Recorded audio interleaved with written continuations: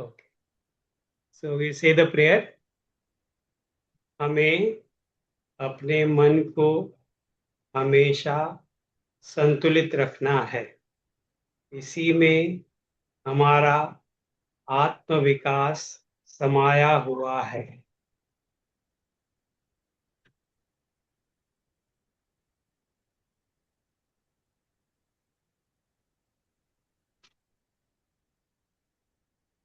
ओम नमो विद्याविहीनाय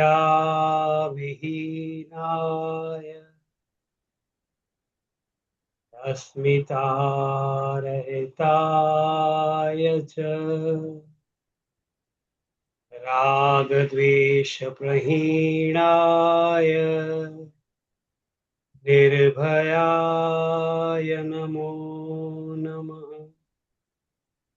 समाहिताय शान्ताय निसंगाय निराशिषे आत्मानं जानते सम्यक् स्वस्थाय च नमो नमः। संस्थितस्त्वयि वायात्मा त्वम् अन्तरात्मनि स्थितः वितर्कविहीने हार्दे आकाशे मे मह्यताम् त्वयि मे सर्वं मो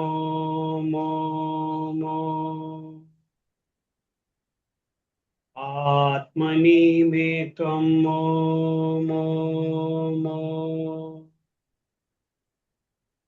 स्मारय स्मारय ॐ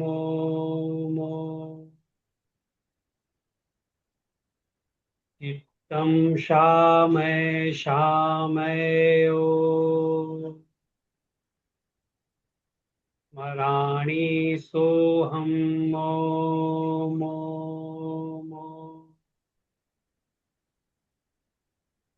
शान्तं चिन्मयमो मामो तटस्थं केवलं मो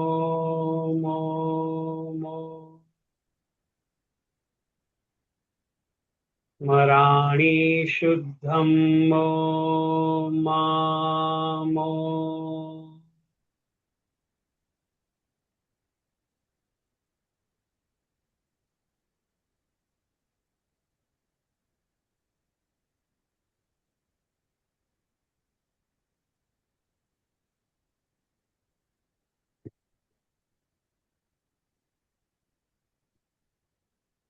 Okay. So last time we discussed about the various types of yoga students according to the intensity, according to the effort they put in the direction of upaya. तो ये श्रद्धा वीर्य स्मृति समाधि प्रज्ञा, ये जो उपाय है, इसमें जितनी तीव्रता से साधक प्रयत्न करता है उतनी जल्दी उसको समाधि प्राप्त होती है, ये हम लोगों ने देखा। अब आज का सूत्र जो है वो ईश्वर से संबंधित है और शुरुआत उसकी ऐसे होती है कि साधक या शिष्य अपने गुरु को पूछ रहा है कि क्या ये केवल ये उपाय प्रत्यय के द्वारा ही समाधि सिद्ध होती है या और भी कोई तरीका है। तो उसके उत्तर में ये सूत्र आता है और ये सूत्र बोलता है ईश्वर प्रणिधानाद्वा। तो उत्तर ये है कि ये समाधि जो है वो ईश्वर के प्रणिधान के द्वारा भी पाई जा सकती है। ये जो इसमें सूत्र में जो वा शब्द है, it is used as an alternative. So Ishwar Pranidhana is the alternative technique for attaining Samadhi. It is not necessary that one has to follow the prescribed method of Upaya, that is Shraddha, Virya, Smriti, Samadhi. Of course, Shraddha, Virya, Smriti, Samadhi, प्रज्ञा ये तो ईश्वर प्रणिधान में भी आएंगे, लेकिन आगे की योग की जो बहुत सारी प्रक्रियाएं हैं, जैसे क्रिया योग है, तप, स्वाध्याय, ईश्वर प्रणिधान है, या जो यम नियम है, अहिंसा, सत्य, अस्तेय, ब्रह्मचर्य, अपरिग्रह, और उसके बाद में नियम है शौच, संतोष, तपस, स्वाध्याय, ईश्वर प्रणिधान, आसन है, प्राणायाम है, धारणा है, धारणा के प्रत्याहार है। तो ये सब जो योग के अंग हैं, ये योग के मार्ग में अपनाने पड़ते हैं, इनका पालन करना पड़ता है। तो यहाँ पे एक सवाल पूछा जाता है कि क्या इन सबको पालन न करके और कोई तरीका है क्या जिसके जरिए हम अपने आध्यात्मिक उन्नति कर सकते हैं, और ये जो असंप्रज्ञात योग है, ये जो असंप्रज्ञात समाधि है, उसको हम लोग प्राप्त कर सकते हैं। तो उसका उत्तर दिया है कि ईश्वर प्रणिधान के द्वारा उसको पाया जा सकता है। तो ईश्वर प्रणिधान जो है वो एक ऑल्टरनेटिव टेक्निक है, और ये एक तरीके से देखें तो यूनिवर्सल टेक्निक है। हम लोग देखते हैं कि पूरी भारतीय परंपरा में ऐसे बहुत सारे साधु संत हैं जिन्होंने योग का अभ्यास, जो हठ योग जैसा अभ्यास, आसन का अभ्यास, प्राणायाम का अभ्यास नहीं किया, लेकिन वो भक्ति के द्वारा उच्चतम अवस्था को पा गए हैं। तो जो अवस्था योग के द्वारा पाई जाती है, अब तो इसका अर्थ ये है कि मतलब एक अल्टरनेटिव टेक्निक के तौर पे ईश्वर प्रणिधान का यहाँ पे उल्लेख किया गया है। तो पहले जो हमने देखा उसमें ग्राह्य, ग्रहण, ग्रहीता पर उपाय था। अब यहाँ पे और कुछ नहीं है, केवल ईश्वर के प्रति भक्ति होनी चाहिए। तो ये मिस्टिक्स जो भक्त होते हैं, उनको अभी इंग्लिश में देखेंगे तो भक्त के लिए मिस्टिक शब्द का इस्तेमाल होता है, संत के लिए मिस्टिक शब्द का इस्तेमाल होता है। तो ऐसे जो मिस्टिक संत, साधु और भक्त, इनमें ईश्वर प्रणिधान के द्वारा समाधि होती है। और इनमें अगर हम उल्लेखनीय लोग देखें, जो विशेष व्यक्ति हैं जो इसमें, वो कौन से विशेष व्यक्ति हैं जो हमारे को दिखाई देते हैं, तो उसमें देखेंगे तो बहुत सारे अनगिनत हैं। भारत में अनगिनत साधु संत हैं जो इस प्रकार की साधना करते हैं, हम लोगों को मालूम भी नहीं पड़ता है। लेकिन जो प्रचलन में है, जो फेमस हुए हैं, उनमें से अगर हम लोग देखेंगे तो जैसे कबीर है, मीराबाई है, सूरदास है, तुलसीदास है, रामकृष्ण परमहंस है, चैतन्य महाप्रभु है, गुरु नानक हैं, और और इसमें बहुत सारे सूफी संत भी हैं जो जिनका उल्लेख होता है। तो जैसे एक इराक में था मंसूर, अल मंसूर जिसका नाम था। तो ऐसे सरमद शहीद, ऐसे बहुत सारे नाम हम लोगों को दिखाई देते हैं। तो ये इनको इनको कैसे मतलब ये मिलता है? ये सब तो हिस्टोरिकल व्यक्ति हैं जिनका मैं उल्लेख कर रहा हूँ। These are all historical people, उनके बारे में हिस्ट्री अवेलेबल है, उनकी जीवनी अवेलेबल है, उसके बारे में हम लोग उनके जीवन के बारे में चर्चा कर सकते हैं, और उनके एक एक जीवन के पहलू को हम लोग देख सकते हैं।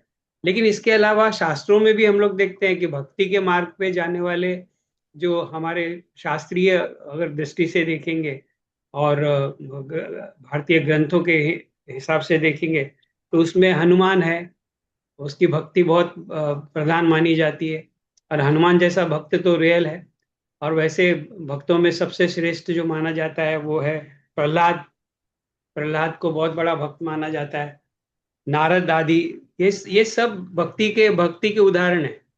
तो इन्होंने कोई योग वगैरह नहीं किया, इन्होंने केवल भक्ति की, और भक्ति के आधार पे ही उन्होंने ऐसी अवस्था प्राप्त कर ली कि जो सामान्य तौर पे अवेलेबल नहीं होती है। तो ये जो ईश्वर प्रणिधान है, ये क्या है, इसको हम लोग देखेंगे। क्योंकि अगर देखा जाए तो भारतीय लोग जो हैं, और भारतीय क्या मतलब पूरे विश्व में अगर हम देखेंगे, तो एक टेंडेंसी है लोगों में कि एक उच्चतम सत्ता के प्रति लोगों की श्रद्धा रहती है, विश्वास रहता है। और प्रेयर जो प्रकार है, प्रेयर, प्रार्थना, ये करीब करीब पूरे विश्व में प्रार्थना जो है वो प्रचलित भाग है। इसमें मन की शांति पाने के लिए, या अध्यात्म में उन्नति करने के लिए, या भगवान की अ, भक्ति में जाके भगवान का अनुग्रह प्राप्त करने के लिए। तो ये किस प्रकार से होता है, इसको थोड़ा सा समझने का प्रयत्न करेंगे। शास्त्रीय दृष्टि से शायद हम लोग जो हैं वो इस प्रकार की भक्ति के लिए शायद लायक नहीं है, या हमारे में वो क्षमता नहीं है। अगर वो क्षमता रहती थी तो हमारा व्यक्तित्व थोड़ा अलग रहता था। अगर वो व्यक्तित्व नहीं है तो भी हमारे सभी में कुछ ना कुछ ऐसी मिस्टिकल ट्रेट रहती है जिसको अगर हम समझ जाएं तो हम उसको और ज्यादा उजागर करके और ज्यादा शक्तिशाली बना के हम कोई भी आध्यात्मिक अनुभव की प्राप्ति कर सकते हैं। तो सामान्य व्यक्ति भी भक्ति का अनुभव कर सकता है, भक्ति का आ, आधार लेके आगे अपनी उन्नति कर सकता है। तो सबसे आश्चर्य की बात यह है कि यहाँ पे जो ईश्वर प्रणिधान कहा है वो विशेष प्रकार की भक्ति है। उसको हम लोग देखेंगे क्या क्या है वो विशेष प्रकार की भक्ति। पर इसके अलावा सबसे मजे की बात यह है कि पतंजलि ने आगे चैप्टर 2 में साधना पद के पहले सूत्र में फिर से ईश्वर प्रणिधान का जिक्र किया है। तपस्वाध्याय ईश्वर प्रणिधानानी क्रिया योग, तो वहां पे उसको क्रिया योग कहा है, लेकिन वो क्रिया योग का भाग ईश्वर प्रणिधान भी है। और फिर आगे देखते हैं तो अष्टांग योग में नियम जब भी आते हैं तो 5 नियम है। यम नियम देखे 5 5 हैं। नियम में कौन से हैं? शौच, संतोष, तपस, स्वाध्याय, ईश्वर प्रणिधान। फिर से वहां पे ईश्वर प्रणिधान आता है। आप लोगों को जान के आश्चर्य होगा कि सूत्र लिखने वाले जो सूत्र लिखते थे ऐसा बोलते हैं, ये तो मतलब सुनी हुई बात है और शास्त्रों में आई हुई बात है, इसीलिए मैं आप लोगों को बता रहा हूँ कि ये जो सूत्रकार होते थे उनका भाषा के ऊपर इतना अधिकार रहता था, इतनी उनकी पकड़ मजबूत रहती थी भाषा के ऊपर कि बहुत बड़ी बड़ी बातें वो 1 2 शब्दों में 3 शब्दों में बोल देते थे। ये उनकी भाषा की प्रभुता थी, ये भाषा का अधिकार था। तो ये ऐसे लोग ही सूत्र रचना कर सकते थे, क्योंकि सूत्र में क्या है, ये शास्त्र है। और शास्त्र में कोई भी जो डाउटफुल चीज है वो नहीं रह सकती। जो एकदम असंदिग्ध और एकदम निश्चित है वही चीज सूत्र में आती है, वही चीज शास्त्र में आती है। तो ऐसे शास्त्र सूत्र की रचना करने के लिए एक बहुत बड़ी अथॉरिटी उनके मन में रहती थी, भाषा के ऊपर बड़ा प्रभुत्व रहता था। तो ऐसा मानते हैं कि कोई कोई सूत्रकार जब कुछ लिखते समय एक मात्रा को बचा लेता था। मतलब किसी में अभी जैसे हम लोग बोलते हैं आ लिख आ बोलते हैं तो धन अ और आ जुड़े हुए हैं। तो और आ में से अगर वो आ को बचा लेता था, मतलब एक मात्रा को बचा लेता था, तो वो ऐसे सेलिब्रेट करता था जैसे उसके घर में बेटा हुआ। इस प्रकार की खुशी उसको होती थी, क्योंकि उससे मालूम पड़ता था कि उसका भाषा के ऊपर कितना प्रभुत्व है और बिना अर्थ बदले। इसीलिए सूत्र हम लोग देखते हैं 3 3 अक्षर हैं, लेकिन 3 3 अक्षर के ऊपर एक्सप्लेनेशन इतने ज्यादा हैं, उनका अर्थ इतना गहरा है। तो पतंजलि ने 3 3 बार एक ही कंसेप्ट को क्यों दोहराया रहेगा? ईश्वर प्रणिधान एक बार बोल दिया तो बात खत्म, उसको आगे रिपीट करने, क्योंकि बहुत सारे ऐसे चीजें हैं, बहुत सारे कंसेप्ट हैं जो वो एक ही बार बोलता है, आगे रिपीट नहीं करता। लेकिन यहाँ हम देखते हैं कि वो ईश्वर प्रणिधान को 3 बार मेंशन कर रहा है। पहले सूत्र चैप्टर चैप्टर 1 समाधिपाद के सूत्र 23 में ईश्वर प्रणिधान आता है। फिर चैप्टर 2 के पहले सूत्र में आता है। और उसके बाद में हम लोग देखेंगे 32वें चैप्टर 2 में नियमों के तौर पे वहां पे ईश्वर प्रणिधान आता है। तो तीनों में थोड़ा फर्क है, इसको भी हम लोग देखेंगे थोड़ा। लेकिन अब यहाँ पे ये बात है कि यहाँ जो ईश्वर प्रणिधान आया है वो एक विशिष्ट पद्धति से आया है और एक विशेष प्रकार से यहाँ पे ईश्वर प्रणिधान आया है। तो यहाँ पे जो ईश्वर प्रणिधान आया है वो ऐसे व्यक्ति के लिए आया है जिसको केवल ईश्वर में दिलचस्पी है और किसी चीज में भी दिलचस्पी नहीं है। उसको सांसारिक चीजों में दिलचस्पी नहीं है। अब जैसे आप और मैं हैं, हम लोगों के परिवार हैं, हम लोगों को कमाना है, हम लोगों को घर चलाना है, हम लोगों को सामाजिक व्यवस्था में बैठना उठना है। तो हम लोग भी ईश्वर प्रणिधान का फायदा उठा सकते हैं। लेकिन हम सब कुछ छोड़ के ईश्वर के प्रति पूरी तरह से समर्पित होने में शायद असमर्थ हैं या अभी संभव नहीं है हमारे लिए। यहाँ पे जो सूत्र बता रहा है वो ऐसे व्यक्तियों के बारे में बता रहा है जो पूरी तरह से ईश्वर के प्रति समर्पित हैं। वो लोग आसानी से समाधि में जा सकते हैं, क्योंकि वैसे देखा जाए तो समाधि में क्या है, जितने भी हमारे डिस्ट्रैक्शंस हैं, हमारी वासनाएं हैं, हमारी इच्छाएं हैं, हमारे लिए जो डिस्ट्रैक्शन है, जो हमारे मन को अपनी तरफ आकर्षण खींचते हैं, इन सभी को रोक के मन को एकाग्र करना, ये हमारा लक्ष्य होता है योग का, जब भी हम उपाय प्रत्यय का अभ्यास कर रहे हैं। तो और कितना हम उसमें सफल हो पाते हैं। अगर आपने और मैंने सही में प्रयत्न किया है, अगर हम थोड़ा भी 10 मिनट 15 मिनट भी शांत बैठ के अपने मन को एकाग्र करने का प्रयत्न करें, तो हमको पता चल जाएगा कि कितना मुश्किल है ये, कितना मुश्किल है मन को एकाग्र करना। क्योंकि मन तो भागते रहता है, वृत्तियां तो उठते रहती हैं। लेकिन ईश्वर प्रणिधान करने वाला जो भक्त है, उसके उसको इतना प्रयत्न नहीं करना पड़ता। क्यों प्रयत्न नहीं करना पड़ता? क्योंकि ऑलरेडी उसके मन में ईश्वर के प्रति श्रद्धा है, ऑलरेडी उसके मन में ईश्वर के प्रति प्रेम है। और वो जो प्रेम और जो श्रद्धा है, उसकी वजह से अपने आप उसका मन एकाग्र होने लगता है। उसको मन को इधर उसे पकड़ के अंदर नहीं खींचना पड़ता, वो अपने आप मन जो है उसका अंदर की तरफ जाता है, अपने आप मन उसका स्थिर हो जाता है। इस प्रकार से तो ईश्वर प्रणिधान जो है वो एकदम से आराम से उसके द्वारा सिद्ध होता है। लेकिन अब ऐसे व्यक्ति को अगर हमको समझना है, तो ये क्या अभी जैसे यहाँ पे हम देखें, इस सूत्र के अनुसार ईश्वर उनके लिए पूर्ण जीवन का केंद्र बिंदु है। ईश्वर के अतिरिक्त और कुछ नहीं है। साधक या भक्त का अपना स्वतः का अस्तित्व, अहंकार, इच्छा आदि कुछ भी मायने नहीं रखता, जो हमारे लिए बहुत महत्वपूर्ण है। जो कुछ है केवल ईश्वर ही है। इस प्रकार की पूर्ण शरणागति और पूर्ण समर्पण ईश्वर प्रणिधान है। जो भी क्रियाएं और कार्य हैं वे ईश्वर से प्रेरित हैं, ईश्वर के लिए हैं। ईश्वर ही करता है, ईश्वर ही धरता है और ईश्वर ही हरता है। इस प्रकार की भावना जिस व्यक्ति में रहती है, उसको हम लोग भक्त कहते हैं। तो ये आज जब भी मैं इसके ऊपर थोड़ा सा चिंतन मनन कर रहा था, तो स्वामी हरियानंद अरण्य के कुछ शब्द हैं, वो मतलब बहुत ही महत्वपूर्ण है इस कंसेप्ट को समझने के लिए। इसीलिए मैंने वो लिख लिए बाजू में, तो वो मैं पढ़ के सुनाता हूँ कि प्रणिधान, ईश्वर प्रणिधान ये क्या है? ये भक्ति विशेष है। आत्मा के अंदर अर्थात हृदय के अंतरतम प्रदेश में ईश्वर की सत्ता का अनुभव करके आत्मनिवेदन पूर्वक उसी पर निश्चिंत रहना भक्ति का स्वरूप है। समस्त कार्य हृदयस्थ ईश्वर के द्वारा मानो प्रेरित होकर कर रहा हूं, ऐसा दिन रात प्रतिक्षण अनुभव करना ईश्वर की को सर्वकर्माणि अर्पण होता है। इस अनुभव से यह भक्ति साधित होती है। शास्त्रों में कहा है, तो ये जो भगवत गीता में भी हमको जो ये आता है, कर्मयोग से रिलेटेड जो चैप्टर आता है, वहां पे एक सूत्र आता है। और उसमें भी यही बात कही गई है कि चैप्टर 18 में भी यही बात कही गई है। वहां पे कृष्ण बोलता है, सब कुछ बता देने के बाद में पूरे 17 अध्याय में योग का उल्लेख कर दिया, सांख्य का उल्लेख कर लिया, बुद्धि का उल्लेख कर लिया, सब कुछ उल्लेख करने के बाद में वो कृष्ण बोलता है, अर्जुन को बोलता है कि तुम सब छोड़ के मेरी शरण में आ जाओ। सब सब छोड़ के मेरे पास आ जाओ, तो तुमको कुछ भी करने की जरूरत नहीं पड़ेगी। अगर तुम सब छोड़ के मेरे पास आ गए, तो फिर उसके बाद में तुमको कुछ भी करने की जरूरत नहीं, अपने आप तुमको मैं सिद्धि दे दूंगा, अपने आप जो भी तुम्हारे लिए सही है वो मिल जाएगा। तो ऐसे इनकी ये भक्त लोगों की भावना क्या रहती है? तो शास्त्रों में इसका एक श्लोक आता है।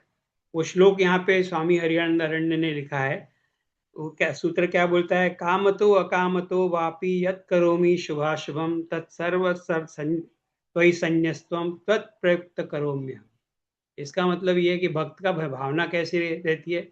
जाने हुए या अनजाने में, जानते हुए अनजाने में, मैं जो भी कर्म कर रहा हूँ, शुभ कर रहा हूँ या अशुभ कर रहा हूँ, सब के सब मैं आपको समर्पित करता हूँ, और उसका जो फल है वो भी मैं आपको समर्पित करता हूँ। ऐसी भावना के साथ में वो पूरा काम करता है। वो उसके, हम लोग जैसे सोचते हैं हमारे में जो डूअरशिप है, कर्तापन है, ये हमको भक्त से अलग करता है। भक्त में कर्तापन नहीं है, भक्ता में डूअरशिप नहीं रहती है। हमारे अंदर डूअरशिप रहती है। कुछ भी अच्छा हो जाता है तो हम बोलते हैं मैंने कर लिया, मैंने किया। तो ये मैं जो है, ये अध्यात्म में सबसे बड़ा दुश्मन अगर कुछ है, योग में भी, योग में भी अगर हमको उन्नति पानी है, तो ये मैं को समझना बहुत जरूरी है। जब तक हम इस मैं को नहीं समझेंगे, हम आगे नहीं जा सकते।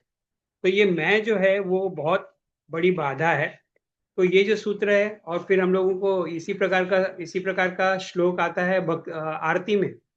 आप लोगों ने अगर अभी मुंबई में रहते हैं तो सभी लोगों ने गणपति की आरती तो सुनी होगी, सुख करता दुख हरता वार्ता विघ्नाची, ये तो सभी लोगों ने सुनी है।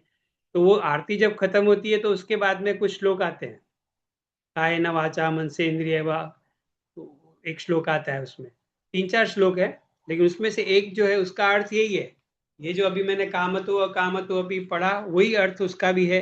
कायेन वाचा मनसेन्द्रिय वा बुद्ध्यात्मना वा प्रकृति स्वभावात् करोमि यद्यत् सकलम स्वरस्मय नारायणाति समर्पयामि। तो काया से, वाचा से, मन से, इंद्रियों से, बुद्धि से, मन से, प्रकृति की वजह से, अपने स्वभाव की वजह से जो भी कर्म मैं कर रहा हूं वो सभी के सभी कर्म मैं नारायण को समर्पित कर रहा हूं, ऐसे उस श्लोक का मीनिंग होता है।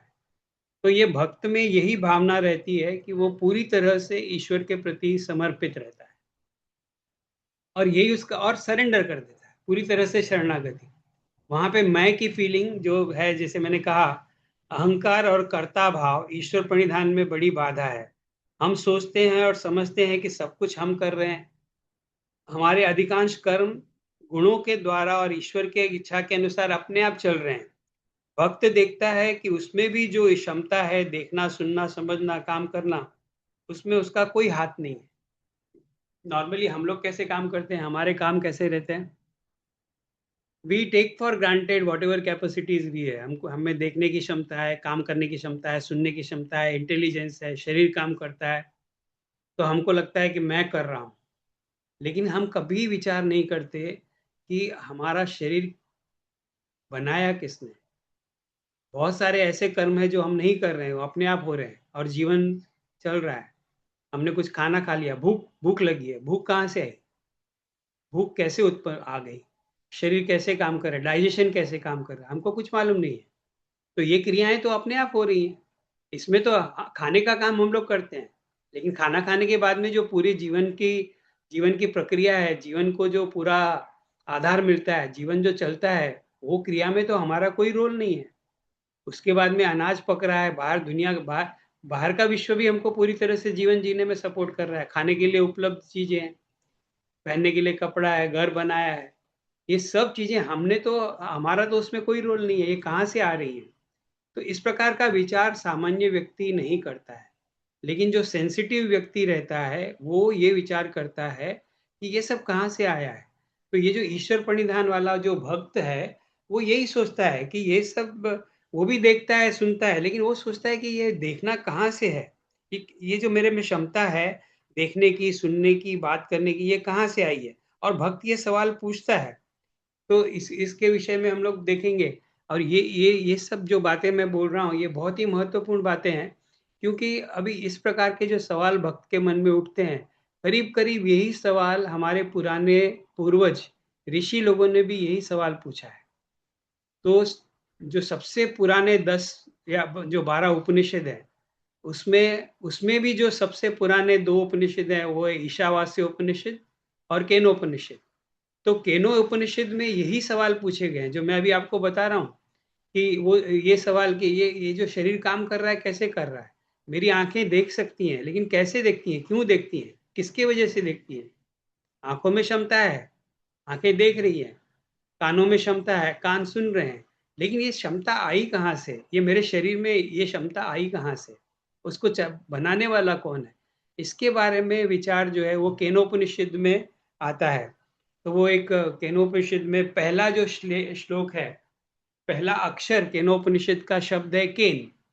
केन का अर्थ है किससे प्रेरित होकर, किसकी शक्ति के द्वारा, कौन ये चला रहा है, किसकी शक्ति के द्वारा मेरा शरीर काम कर रहा है, किसकी शक्ति के द्वारा चांद, तारे, सूरज, पृथ्वी काम कर रहे हैं, किसकी शक्ति के द्वारा पृथ्वी पे ये सब उपज रहा है और जिसकी वजह से लाइफ चल रही है, किसकी शक्ति मेरे शरीर में काम कर रही है जिसकी वजह से मेरा जीवन चल रहा है, किसके वजह से मेरी शक्तियां, क्षमताएं, आंखें देखने की, सुनने की क्षमताएं, ये किसकी वजह से है। और इसको बहुत गहराई से उन्होंने अध्ययन किया है। और बाद में वहाँ पे ऋषि भी जैसे वो भक्त के थे, तो उन्होंने यही कहा है कि अंत में वो यही कहते हैं कि जो जिस एंटिटी या जिस शक्ति के द्वारा ये सब चल रहा है उसी को ईश्वर कहते हैं। तो आगे भी हम लोग देखेंगे, योग के दृष्टि से भी ईश्वर की हम लोग आगे कल्पना देखेंगे और संकल्पना देखेंगे। तो यहाँ पे हम लोगों को ये समझना है कि भक्त के मन की स्थिति कैसे रहती है, हमारे मन की स्थिति और ईश्वर परिधान करने वाले मन की स्थिति, इन दोनों में अंतर क्या है। और ये अंतर हमको इसीलिए समझना है क्योंकि ये हो सकता है कि हमारे अंदर भी भक्ति के बहुत सारे गुण हैं जिसको हमने शायद पहचाना नहीं है, जिसके बारे में हमको शायद जानकारी नहीं है, और शायद ये सुनने के बाद, इसके ऊपर थोड़ा चिंतन करने के बाद में हमको मालूम पड़ेगा कि कुछ कुछ क्षमताएं हमारे अंदर, कुछ कुछ मन की अवस्थाएं हमारे अंदर ऐसी हैं जो भक्तों की होती हैं। तो इस दृष्टि से इसको गहराई से समझना थोड़ा आवश्यक है। तो हम जिसे आंख आदि इंद्रियों से देखते हैं, जानते हैं, उसे ही वास्तविकता और सत्य मानते हैं। और एक जो फर्क ये रहता है योगी भक्तों में और हम लोगों में, कि हम जो आंखों से देखते हैं, सुनते हैं, वो इंद्रियों के द्वारा जो भी हमको अनुभव आते हैं उसको ही हम लोग सत्य मानते हैं। उसके अलावा और कोई सत्य हम मानते नहीं है। और आजकल तो जैसे जैसे मॉडर्न वर्ल्ड साइंटिफिक होते जा रहा है, इंडिविजुअलिस्ट होकर जाता है, तो किसी से भी अगर हम अध्यात्म की बात करें, ईश्वर की बात करें, तो कई यंगस्टर्स तो सीधा एग्रेसिव और रिबेलियस हो जाते हैं। Don't tell me about God, can you prove God is there. सीधा पहले वही सवाल पूछेंगे कि can you prove God is there, so don't talk about it. तो ये जो है, उनको उनको कौन सा प्रूफ चाहिए। उनको अगर पूछेंगे भैया ठीक है आपको प्रूफ देते हैं, लेकिन कौन सा प्रूफ चाहिए, नहीं मुझे दिखाई दो, मुझे दिखाई देना चाहिए। अब वो ईश्वर तो ऐसी सत्ता तो है नहीं, दुनिया में बहुत सारी चीजें हैं जो हमको दिखाई नहीं देती, लेकिन है बहुत सारी चीजें हैं जो अदृश्य दृष्टि पे काम करते हैं। जैसे मैंने एग्जाम्पल दिया था कि लोहा, लोहा सॉलिड दिखता है, लेकिन साइंटिस्ट को मालूम है लोहा सॉलिड नहीं है। उसी तरीके से पृथ्वी पे जो जो सब्सटेंस, जो जो पदार्थ हैं, जो जो मैटर है, वो हमको सॉलिड दिखता है। लकड़ी है, और भी पदार्थ है, हमको सॉलिड दिखता है, लेकिन अगर उसके एटॉमिक स्ट्रक्चर में अगर हम जाएं और उसके सूक्ष्म अवस्था में हम देखेंगे, तो वो तो उस एक आयन के पीस में पता नहीं कितने एटम्स हैं, और वो एटम्स के अंदर हर एक एटम के न्यूक्लियस और इलेक्ट्रॉन्स के बीच में इतना अंतर है जितना फुटबॉल और दर्शक में अंतर होता है। फुटबॉल के फील्ड में जहां फुटबॉल सेंटर में रखेंगे, तो फुटबॉल से जितनी दूर दर्शक बैठा रहता है, स्पेक्टेटर बैठा रहता है, उतना अंतर स्पेस की दृष्टि से प्रोपोर्शनेटली हर एटम में होता है, between electrons and between protons. तो प्रोटॉन्स और न्यूट्रॉन्स तो एकदम टाइनी एकदम रहता है, और उसके बहुत दूर इलेक्ट्रॉन्स घूम रहे होते हैं, और वो एक एटम कहलाता है। ऐसे एटम मिलके सब्सटेंस बनता है, ऐसे एटम्स मिलके पदार्थ बनता है। तो अब इस चीज को दिखाई तो नहीं देती है, पर साइंस ने प्रूव किया है, तो हम मानते हैं कि इसको मानते ही हैं कि ऐसा एटम होता है करके। तो ये जो है, वक्त में इस प्रकार की कोई शंका नहीं रहती है। और जिस प्रकार से हम विश्व को देखते हैं, जिस प्रकार से हमारे मन में डाउट्स रहते हैं, उस प्रकार के डाउट्स ईश्वर प्रणिधान करने वाले व्यक्ति के बिल के अंदर नहीं रहते हैं। वो ईश्वर को हर चीज में, वो ईश्वर उसको दिखाई देता है। इस प्रकार से भक्त को जो वास्तविक रूप जानने के लिए, वो आपको ईश्वर का वास्तविक स्वरूप जानने के लिए वो प्रयत्न करते रहता है, इस दृष्टि से वो काम करते रहता है। तो और जब ऐसा होता है, कभी कभी ऐसा होता है कि किसी अनुभव के द्वारा उसको ये ईश्वर के प्रति भक्ति जागृत होती है। जैसे अभी उदाहरण देखें तो रमन महर्षि का उदाहरण देख देख सकते हैं, रामकृष्ण परमहंस जी का उदाहरण देख सकते हैं। रामकृष्ण परमहंस बचपन से उनकी प्रकृति अलग थी, उनके आजू बाजू बहुत सारे लोग थे, तो क्यों क्यों केवल विशिष्ट उनको ही एक क्यों इस प्रकार का। तो इसका अर्थ यह है कि ईश्वर प्रणिधान जो है, ये सभी के लिए उपयुक्त नहीं है। हम सभी के लिए ईश्वर प्रणिधान उपयुक्त नहीं है, केवल कुछ विशेष व्यक्तियों के लिए ईश्वर प्रणिधान की टेक्निक सूटेबल है। इसीलिए हम लोगों को इक्के दुक्के कभी कभार ये भक्त दिखाई देते हैं। सामान्य व्यक्ति तो लाखों करोड़ों में हम जी रहे हैं, लेकिन हर कोई तो उस प्रकार की अनुभूति नहीं लेता है, हर किसी में तो इस प्रकार की क्षमता नहीं है। तो इसका अर्थ ये है कि ये जो भक्ति विशेष है या ईश्वर प्रणिधान की क्रिया है, ये केवल विशिष्ट व्यक्तियों की रहती है, उनका एक अलग पर्सनालिटी होता है। तो पूरे पॉपुलेशन, जो वर्ल्ड की पॉपुलेशन है, उसमें से शायद ही कुछ परसेंटेज व्यक्ति ऐसे होंगे जो भक्ति करके कर सकते हैं, जिनमें भक्त होने की संभावना है। जिनमें भक्ति करने की क्षमता है। तो ये फर्क हमको समझना पड़ेगा। फिर भी ऐसे लोग होते हैं और ऐसे लोगों को समझना जरूरी है, ऐसे लोगों को जानना जरूरी है। क्यों जानना जरूरी है? क्योंकि ऐसे व्यक्ति हमारे जीवन को बहुत प्रभावित करते हैं। वो पूरे समाज को एक दिशा देते हैं, पूरे समाज के सोच को बदल देते हैं। ऐसे व्यक्ति बहुत पावरफुल होते हैं, उनका समाज के ऊपर बहुत ज्यादा प्रभाव पड़ता है, इसीलिए उनको जानना जरूरी है। तो इस उस दृष्टि से भी ईश्वर प्रणिधान का अध्ययन जो है वो हम लोगों को करना चाहिए। अब हम सभी में ये उत्कंठा रहती है कि इच्छा रहती है कि ईश्वर को जाना जाए। स्वाभाविक है। आप में से कोई भी ऐसा नहीं होगा, या मैं मेरी बात करूं तो कभी भी तो बहुत बार ऐसा आता है, ईश्वर है क्या, ईश्वर है कौन? हमारे मन में ये सवाल उठते हैं, लेकिन हम वो सवालों को लॉजिकली आगे परस्यू नहीं करते। जब कभी कभी ऐसा होता है कि कोई बुरी अवस्था आती है, कोई बुरे अनुभव आते हैं, तब हम बोलते हैं ईश्वर ये क्या हो रहा है, तू है कि नहीं? और फिर तभी हम विचार करते हैं कि ईश्वर है कि नहीं, और ये सब जो मेरे साथ हो रहा है ये क्यों हो रहा है। इस प्रकार के विचार जब मन में आते हैं तभी हम लोग थोड़ा फिलोसॉफिकल हो जाते हैं, दार्शनिक हो जाते हैं, और तभी हम इस प्रकार के क्वेश्चंस करते हैं। लेकिन थोड़ी देर के बाद में जब सब कुछ ठीक हो जाता है तो भूल जाते हैं। तो इसी को जो यहाँ पे जैसे हमारे योगा इंस्टीट्यूट में जो गुरु हमारे टीचर थे, वो भी कभी कभी इसके बारे में बोलते हैं। इसको कहते हैं शमशान वैराग्य। शमशान में जाने के बाद में जीवन निरर्थक लगता है।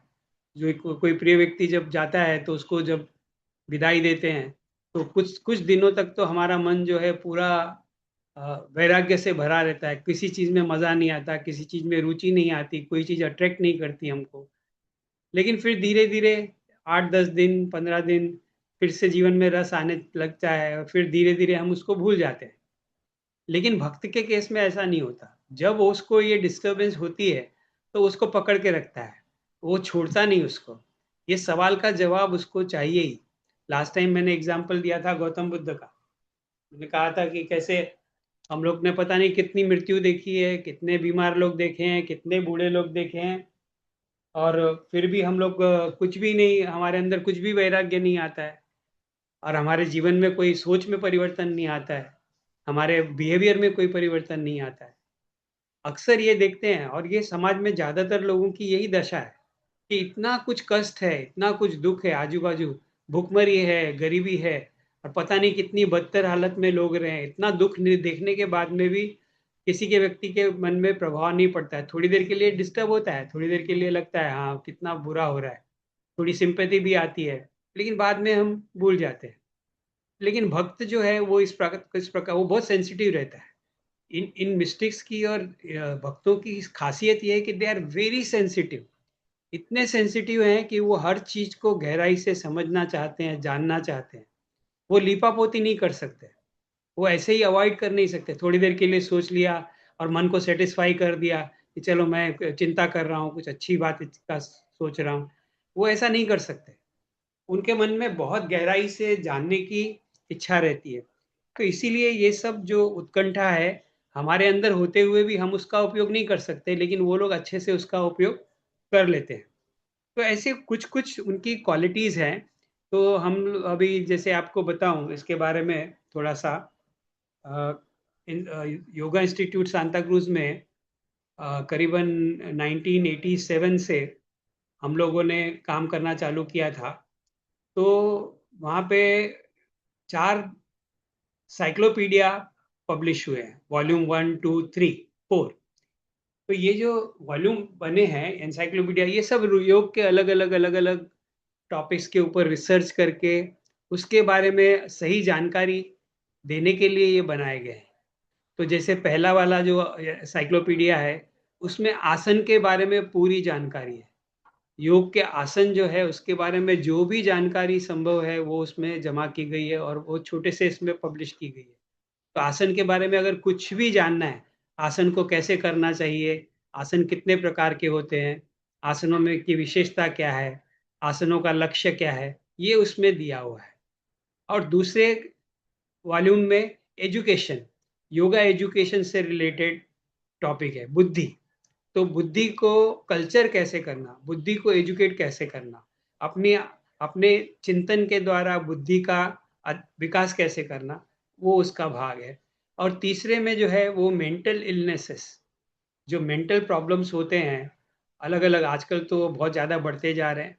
आजकल देखेंगे तो पहले हम लोग सुनते थे केवल, डिप्रेशन तो एकदम कॉमन हो गया है, लेकिन बाइपोलर डिसऑर्डर है, ऑब्सेसिव कंपल्सिव डिसऑर्डर है, कई प्रकार के साइकोटिक कंडीशंस हैं, कई प्रकार की न्यूरोटिक कंडीशंस हैं। तो इन सब का शोध वहाँ पे बहुत ही, मतलब उसमें बहुत गहरा, मतलब डिटेल में नहीं है लेकिन ब्रीफली उसमें बताया गया। और इन सब कंडीशंस में योग कैसे मदद कर सकता है ये भी उसमें बताया गया। तो 3 वॉल्यूम ये हो गया, और चौथा जो वॉल्यूम है वो ये भक्ति के ऊपर है, वो ईश्वर प्रणिधान के ऊपर है। तो चौथा वॉल्यूम जो है योगा एंड मिस्टिसिज्म, ये उसका टाइटल है। तो ये जो मिस्टिक लोग हैं या साधु संत हैं, ये साधु लोग मिस्टिक हैं। उनके उनके आजू बाजू बहुत सारे चमत्कार होते हैं, बहुत सारी उनकी क्षमताएं। अब जितने भी हम भारतीय संत देखेंगे कुछ ना कुछ उसमें विशेषताएं हैं। अब रामकृष्ण परमहंस का ही देख लें जैसे, तो केवल केवल विवेकानंद को छू दिया तो विवेकानंद जी को मतलब ये ईश्वर की अनुभूति हो गई, उनको ईश्वर का अनुभव हो गया, इतनी उनकी क्षमता थी। तो इस प्रकार की उनकी क्षमता जो है वो अनयूजुअल है। ऐसे बहुत सारे उदाहरण हैं अगर हम बात करेंगे। और मेंटल स्टेट अगर देखेंगे आज के जमाने में, आप सोच के देखें, मीराबाई, मीराबाई के बारे में अगर हम विचार करें तो अभी भी उसके गीत गाए जा रहे हैं, अभी भी। और अभी भी कितने लोग के लिए वो आइडियल है, लेकिन जो सामान्य व्यक्ति है उसको उसमें कुछ समझ में नहीं आता, कैसे वो मतलब कृष्ण को अपना पति मान सकती है। ये तो ये मतलब ये अगर इंटेलेक्चुअली देखेंगे तो ये डिबेटेबल बात हो जाती है, इसके ऊपर मतलब फिर आर्ग्यूमेंट्स होती है कि ऐसा कैसे हो सकता है। लेकिन हम देखते हैं हिस्ट्री में ऐसे व्यक्ति आ गए हैं, ऐसे व्यक्ति हैं। तो ये ऐसे मिस्टिक्स लोगों का बहुत अध्ययन ज्यादा नहीं हुआ है, लेकिन जो थोड़ा बहुत हुआ है उसमें वेस्टर्न लोगों ने काफी अध्ययन किया है, साइकोलॉजिस्ट लोगों ने काफी अध्ययन किया है। तो भक्त की क्या क्या विशेषताएं होती हैं वेस्टर्न दृष्टि से अगर देखेंगे तो कुछ क्वालिटीज हैं। जैसे एक बहुत फेमस साइकोलॉजिस्ट था जिसका मैंने पहले एग्जांपल दिया था, अब्राहम मैस्लो, जो सेल्फ एक्चुअलाइजेशन की बात करता है, रिग्रेसिव और प्रोग्रेसिव चॉइसेस की बारे में बात करता है। तो आप लोग ये नाम लिख के रखिएगा, Abraham Maslow, regressive choices, progressive choices, self actualisation. जब भी फुर्सत मिले और अगर रस है, अगर इंटरेस्ट है, तो गूगल में एक बार ये वर्ड डाल के देखने का, सेल्फ एक्चुअलाइजेशन मीन्स व्हाट, या तो रिग्रेसिव चॉइसेस, प्रोग्रेसिव चॉइसेस क्या होती हैं। तो ये बहुत अ, विशेष प्रकार का मनोवैज्ञानिक था। तो उसने भी बहुत सारी स्टडी किया मिस्टिक्स लोगों की, साधु लोगों की। इसके अलावा और भी लोग हैं, जैसे अ, देखेंगे तो अभी मॉडर्न बहुत सारे साइकोलॉजिस्ट हैं, वो लोग उनका स्टडी कर रहे हैं। एक अंडरहिल बोल के एक राइटर थी, लेडी राइटर थी, उसने मिस्टिज्म का बहुत अध्ययन किया है। तो ये लोगों ने मिलके कुछ ऐसे क्वालिटीज बताई हैं कि मिस्टिकल व्यक्तियों के व्यक्तित्व कैसे रहते हैं, उनकी क्वालिटीज क्या रहती हैं। तो कुछ तो जैसे क्वालिटीज जो मैस्लो ने बताई है वो है विजनरी, दृष्टा रहते हैं वो लोग, फियरलेसनेस, अभय रहता है उनको, किसी भी चीज का डर नहीं रहता है, ह्यूमिलिटी रहती है, नम्रता रहती है, चाइल्ड लाइकनेस रहती है, सरलता रहती है। फिर यूनिवर्सल लव रहता है, they don't hate anybody, they love everybody, everything in the universe they love. उसके बाद में एक उनके सेंस ऑफ वंडर रहता है, जैसे गुरु नानक का दिखाई देता है सेंस ऑफ वंडर, तारों को और आसमान को देख के इमीडिएटली वो ट्रांस में चले जाते हैं, समाधि में चले जाते हैं। और इस प्रकार के, और वो उनमें एक कंप्लीटनेस रहती है, उसको उनमें कोई भी कमी नहीं रहती है उनके। हम लोग अगर विचार करें, हम अपने को देखें, तो हमको हमेशा लगता है ये हो जाए तो अच्छा हो जाएगा, वो हो जाएगा तो अच्छा हो जाएगा, मुझे ये मिल जाएगा तो अच्छा हो जाएगा। लेकिन उनमें इस प्रकार की कोई भी सेंस ऑफ लैक नहीं रहता है, सेंस ऑफ जो कमी है वो नहीं, वो अपने आप में परिपूर्ण रहते हैं, बोलते सब सब कुछ है, सब यहीं पर है, और शुक्रगुजार रहते हैं। they are all ever grateful for whatever they have, they are completely satisfied with whatever they have। और उसके बाद में सबसे बड़ी बात जो है वो है प्रतिभा।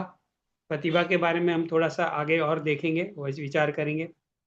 तो ये जैसे अ, प्रतिभा की बात करें, इंट्यूटिव नॉलेज, इंट्यूटिव नॉलेज की जब हम बात करते हैं, हम लोगों को कोई भी विषय में अभी हम लोग बात कर रहे हैं, समझो जैसे अभी हम ईश्वर के बारे में बात कर रहे हैं, तो अगर हम में प्रतिभा है तो मैं कुछ भी बोलूं या मैं कुछ भी सवाल पूछूं, तो वो प्रतिभा के माध्यम से जिसके पास वो प्रतिभा है वो अपने आप जवाब देना चालू करेगा कि ये ऐसा ऐसा है, उसको वो अपने आप ज्ञान आते जाएगा। ये जो इंट्यूटिव नॉलेज जिसको कहते हैं, इंट्यूटिव कैपेसिटी, ये मिस्टिक्स और साधु संतों में होती है। कभी कभी साधु संत बोलते हैं, आपको अचानक से देख के बोलेंगे सुनो ये मत करना, तो हमको हमको हंसी आती है कि ऐसा कैसा बोल रहे हैं, और फिर हम ज़्यादा ध्यान नहीं देते हैं, लेकिन उनको कुछ दिखाई देता है। अभी एक छोटा सा व्यक्तिगत, हालांकि ज़्यादा मैं कभी उसके बारे में ज़्यादा चर्चा नहीं करना चाहता, लेकिन एक व्यक्तिगत अनुभव मैं आप लोग के साथ शेयर करता हूँ। मुझे 2012 में हार्ट अटैक आया, जून महीने में, और सीवियर अटैक था। आई वॉज एडमिटेड, 3 स्टेंट बिठाया मेरे हार्ट में, बच गया। लेकिन और मुझे जो जानते हैं, इंस्टीट्यूट में मैं लगातार क्लासेस लेता रहा हूँ, सूत्र क्लास लेना चालू किया तो 2017 जनवरी तक मैं लगातार 7 मंथ्स टीचर्स ट्रेनिंग में सूत्र सिखाता था, कई सालों तक। तो जो लोग मुझे देखते थे, जो मुझसे बात करते थे, उनको लगा भी नहीं होगा कि ये व्यक्ति को हार्ट अटैक हो सकता है, क्योंकि उनको लगता था मैं तो बहुत रिलैक्स्ड हूँ और मुझे तो ज्ञान भी बहुत है। योग भी मैं नियमित रूप से करता हूँ, और योग तो बिल्कुल नियमित रूप से मेरे आसन का अभ्यास चलते रहता था। उसके बावजूद भी ये सवाल ये नहीं है कि हार्ट अटैक आया। हम मिस्टिक की बात कर रहे थे, मिस्टिसिज्म को कैसे इंट्यूशन के द्वारा सब पता चल रहा है, इसके बारे में हम लोग बात कर रहे थे। तो मैं आपको बताता हूँ, समवेयर 94 95 में मुझे एक बार मेरे टीचर डॉक्टर जयदेव ने बुलाया और मुझे बुला के कहा कि दादर में एक कार्डियोलॉजिस्ट है, मैं आपको उसके पास भेज रहा हूँ, आप उसके पास जाना, अपना हार्ट का चेकअप कराना, और पूरी जांच की रिपोर्ट वो डॉक्टर को बोलना कि मुझे रिपोर्ट बना के दे और I want to see that report, आप वो रिपोर्ट लाके मुझे दिखाना। तो कितना अंतर हो गया, करीबन 15-16 साल का अंतर हो गया। मुझे 2012 में अटैक आया, लेकिन उनको 94 95 में पता था कि मेरे अंदर कुछ गड़बड़ है। आप समझ रहे हैं कितना इंपॉर्टेंट बात है ये, और ये व्यक्तिगत अनुभव मैं आपके साथ शेयर कर रहा हूँ। तो उन्होंने मेरा पूरा चेक कराया, और वो जो डॉक्टर था वो अभी भी मुझे याद है, उनका नाम भी याद है, अभी है या नहीं मालूम नहीं। दादर में वो जगह भी याद है। उसने कार्डियोग्राम निकाला, मेरे से बातें की, मुझसे सब पूछा, और बाद में उसने रिपोर्ट बनाई और रिपोर्ट मुझे दी, कहा कि आप डॉक्टर जयदेव को दे देना। मैं दूसरे दिन रिपोर्ट लेके डॉक्टर जयदेव के पास गया, उनको दिखाया।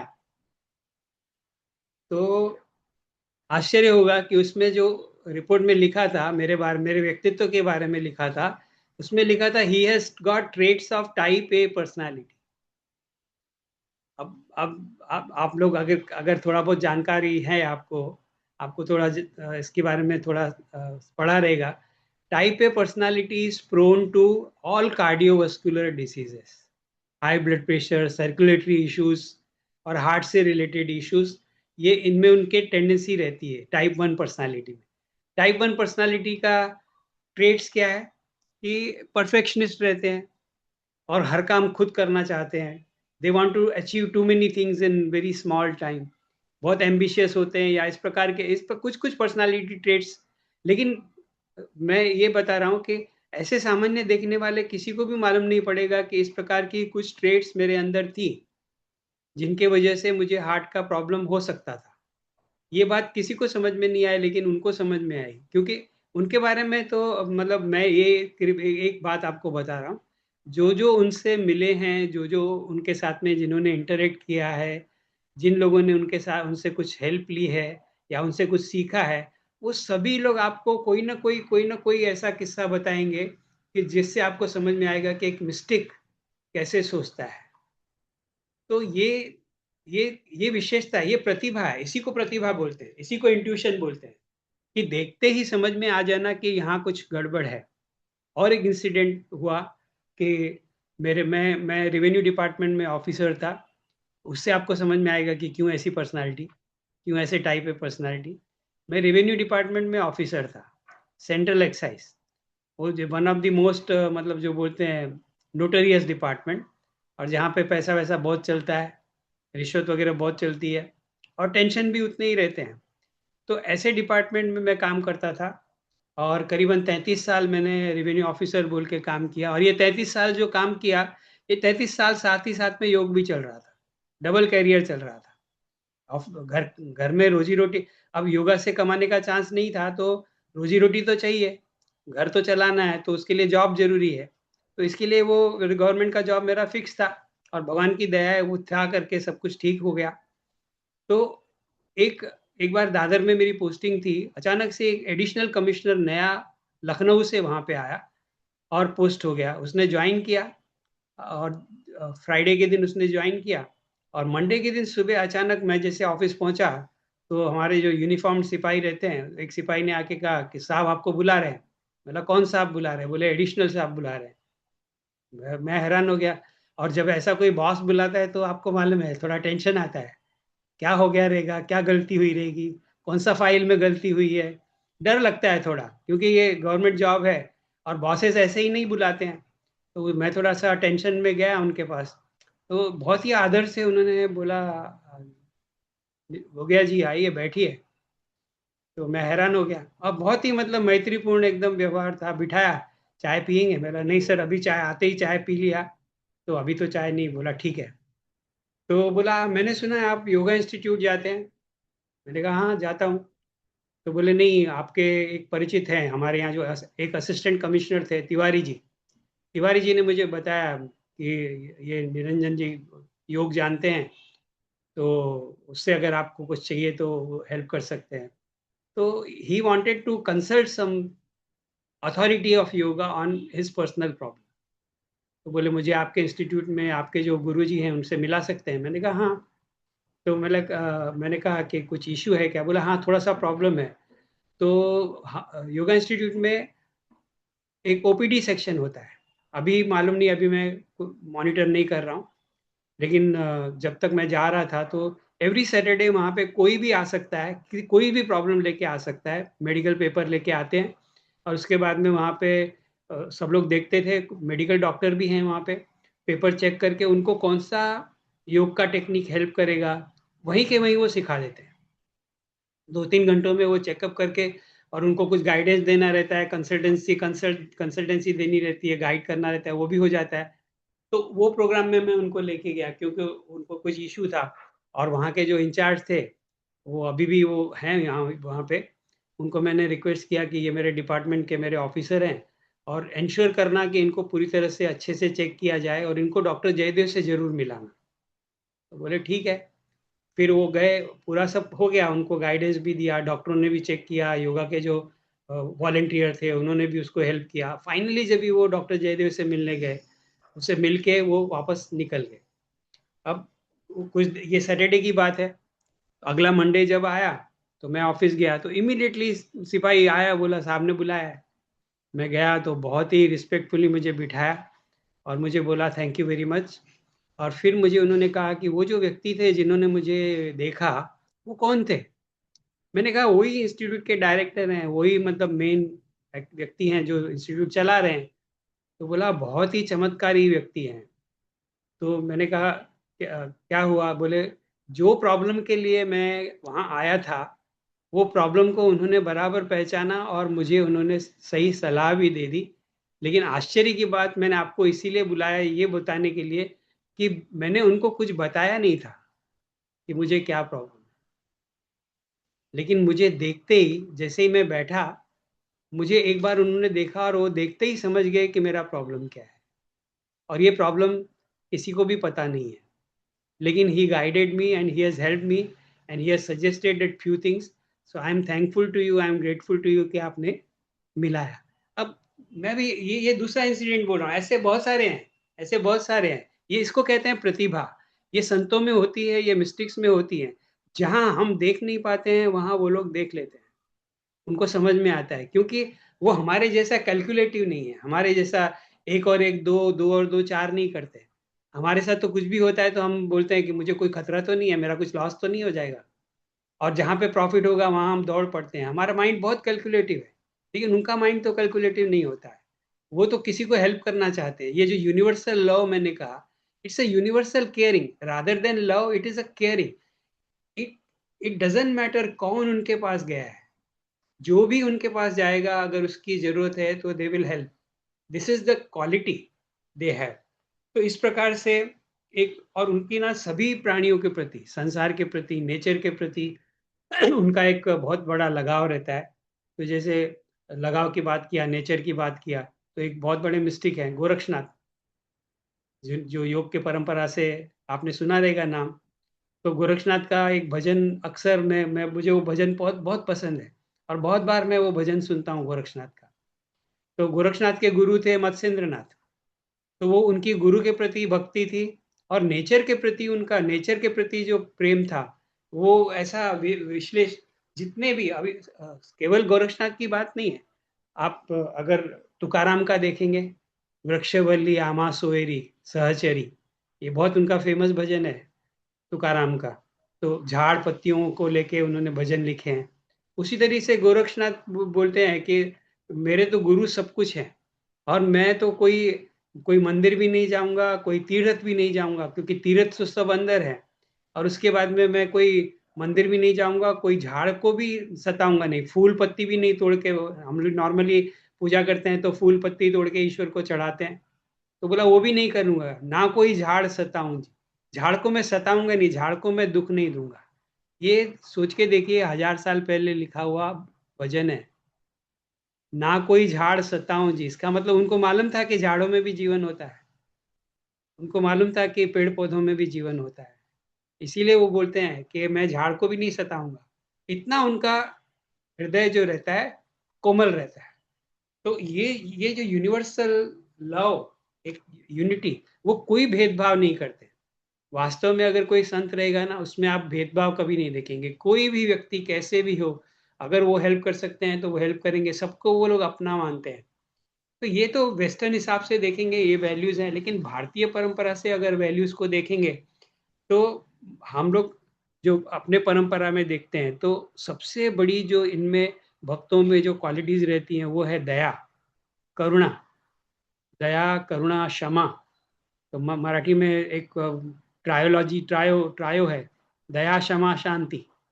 दया, क्षमा और शांति, ये उनके विशिष्ट गुण होते हैं। समता, सभी को एक जैसा देखना, और अटूट श्रद्धा, बिना कभी भी श्रद्धा उनकी डगमगाती नहीं है।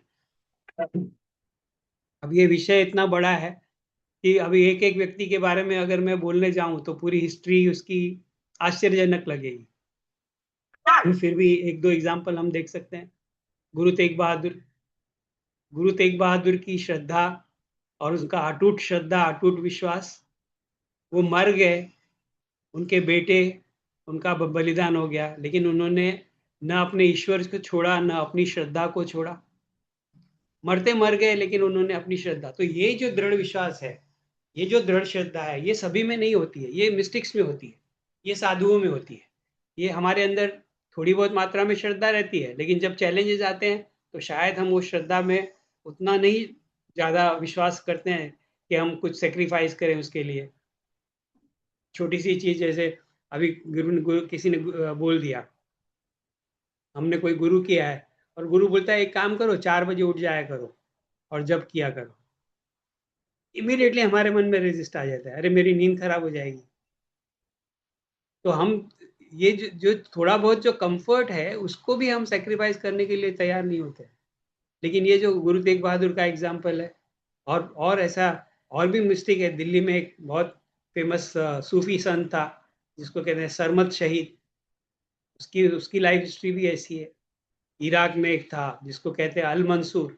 अल मंसूर की तो पूरी परंपरा है, पूरा इराक से लेके तो ईरान में। और जो जिसको बोलते हैं ना कि सॉफ्ट सूफी, जिनका ईश्वर में बहुत ज्यादा विश्वास रहता है, वो कट्टरपंथी नहीं होते हैं।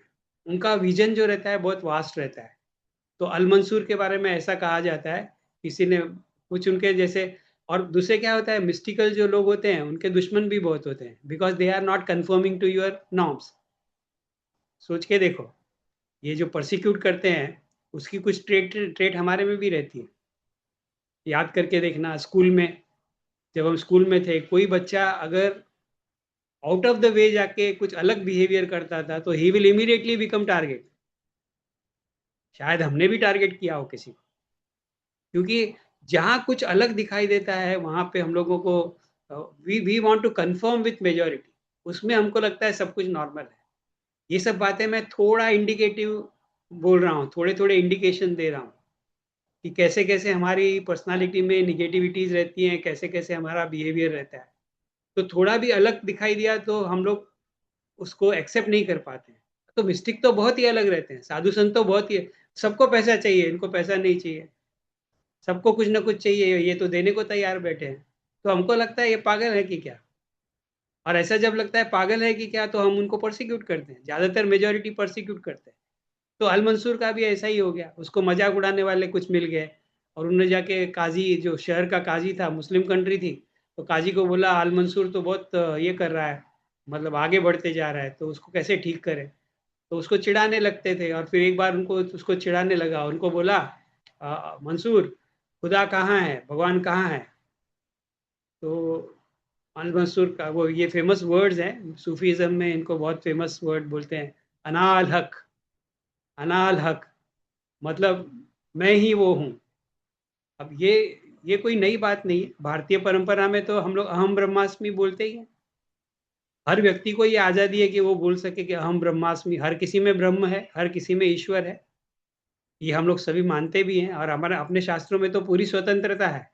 इसीलिए हमारे शास्त्रों की, हमारी परंपराओं की बहुत ब्यूटीफुल, वर्ल्ड में ऐसा किधर भी नहीं है, इतनी स्वतंत्रता किधर भी नहीं है जहाँ पे हम खुद को भगवान मान ले या खुद को भगवान के समतुल्य माने। तो उसने जैसे कहा अनाल हक, तो वो तो, ये उन्होंने काजी को कंप्लेंट किया, ये खुद को भगवान बोल रहा है। काजी ने बोला पागल हो गया है क्या, पकड़ के लेके आओ। पकड़ के लेके गए, उसको पूछा तुमने ऐसा बोला, बोला हाँ मैंने ऐसा बोला। तो बोला नहीं, तुम ये तो कुफ्र है, ये तो सेक्रिलेज है, ये बहुत बड़ा गुनाह है, तुमको सजा मिलेगी, तुम माफी मांगो। वो बोले मैं माफी नहीं मांगूंगा, ईश्वर सब जगह है, ईश्वर मुझ में भी है। जो भी उसको बोलना था बोला, लेकिन वो काजी लोग नहीं माना, और अल्टीमेटली दे किल्ड हिम। तो ऐसे ऐसे भी एग्जाम्पल है, उनकी जो श्रद्धा है वो हम लोग मैच भी नहीं कर सकते ऐसी श्रद्धा से, और वो श्रद्धा ही उनको इस प्रकार, ऐसे बहुत सारे एग्जाम्पल, असंख्य एग्जाम्पल है। मैं तो क्विकली छोटा छोटा चीजें जो इंपॉर्टेंट लग रही हैं वो मैं आपके साथ कवर कर रहा हूँ। तो ईश्वर प्रणिधान ये ऐसी चीज है जिसको जिसको ईश्वर ही सब कुछ दिखाई देता है, पूरी तरह से वो ईश्वर को समर्पित है। ऐसे व्यक्ति बहुत कम होते हैं, और ऐसे व्यक्ति को भक्त बोलते हैं। तो ऐसे व्यक्ति को समाधि बिल्कुल आसानी से लग जाती है, वो तो हमेशा जैसे समाधि की अवस्था में ही रहते हैं, जैसे रामकृष्ण परमहंस हमेशा समाधि की अवस्था में ही रहते हैं। उनको तो उसमें से निकालने के लिए पता नहीं क्या क्या प्रयत्न करना पड़ता है। अब जब चर्चा करते हैं तो उनका खाने में काफी वासना थी, तो एक बार उनकी माँ शारदा देवी ने शायद बोला कि आप तो इतने महान हो, ये खाने में क्यों श्रद्धा रख, खाने में क्यों अटके हुए हो। तो बोला अगर खाने में अटके नहीं रहूंगा तो वापस ही नहीं आऊंगा, एक बार गया तो चले ही जाऊंगा, फिर वापस ही नहीं आऊंगा। तो ये स्ट्रेंज चीजें हैं, मतलब अनएक्सप्लेनेबल। सामान्य तौर पे हम लोगों को ये सब चीजें थोड़ा सा चकित करने वाली, थोड़ा सा आश्चर्यजनक लगेगी, पर मतलब ये हमारे जीवन का, अब ये सोचो कि ये लोग विचित्र लगते थे, ये लोग अलग लगते थे, लेकिन इनका प्रभाव कितना है। आज पूरा महाराष्ट्र तुकाराम के गीत गाता है, आज पूरा इंडिया कबीर के दोहे गाता है, जहां पे भी मिस्टिसिज्म की बात होती है कबीर के दोहे चलते हैं, कबीर की परंपरा चलती है। एक तुलसीदास, बड़ा बोलते हैं बहुत बड़ा सबक अकबर को सिखाया, साधारण संत, और इनकी राइटिंग्स देखो, इनकी रचनाएं देखो, इनकी क्रिएटिविटी देखो। तो अभी तक जो 500 साल पहले, 400 साल पहले, संत ज्ञानेश्वर, पूरा महाराष्ट्र जो भी भगवत गीता पढ़ता है, ज्ञानेश्वरी पढ़ता है, अभी तक उससे प्रेरणा लेता है। समर्थ रामदास, तुकाराम है, मीराबाई है, चैतन्य महाप्रभु है। चैतन्य महाप्रभु की पूरी परंपरा पूरे पूरे भारत में है, पूरे भारत में उनकी परंपरा फैली हुई है। तो ये ये जो है, ये आश्चर्यजनक बातें जो है ये भक्तों के साथ होती है। तो ये मिस्टिसिज्म का, जैसे मैंने कहा था कि वॉल्यूम 4 है, उसमें मिस्टिसिज्म के ये जो गुण हैं या क्या क्या उनके अनुभव होते हैं, कैसे कैसे होते हैं, इनके बारे में बहुत सारी चर्चा है। अब इसके आगे के सूत्र 28 तक पूरा ईश्वर परिधान चलेगा। आज हम लोगों ने पहला सूत्र देखा, उसके बारे में एक जनरल थोड़ी सी जानकारी ली। अब ईश्वर परिधान करते कैसे हैं, उसकी विधि क्या है, और फिर ये सवाल आता है, ईश्वर कौन है, ईश्वर को कैसे जाने, ईश्वर को कैसे समझे, ईश्वर में कौन से गुण हैं जिनको हमको जानना चाहिए, या ईश्वर परिधान करना कैसे है। ये सब बातें हम लोग चर्चा करेंगे आगे। अभी सिर्फ इतना ही, और कुछ सवाल हैं तो। आज थोड़ा लेट शुरू किया था, इसीलिए मैंने 10 मिनट एक्स्ट्रा ले लिया।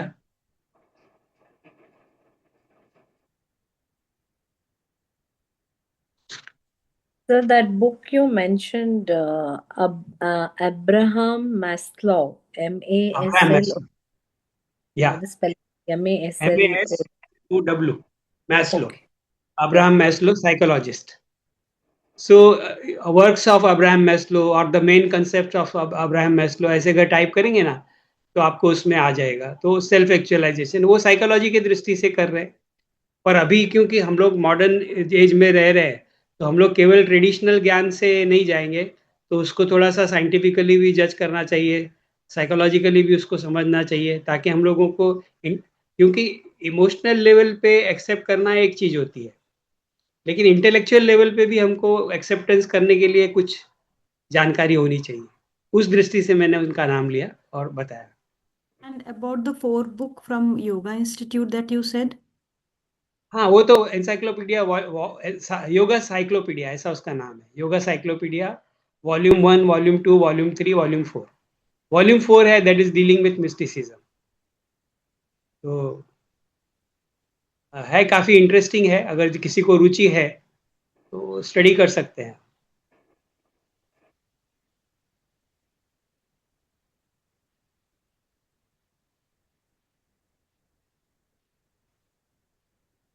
ठीक है, बिजली भी ठीक है। तो ये अभी ईश्वर परिधान चलेगा एक, यस। आगे आगे देखेंगे थोड़ा और थोड़ा गहराई में। नमस्ते एवरीवन। Thank you sir.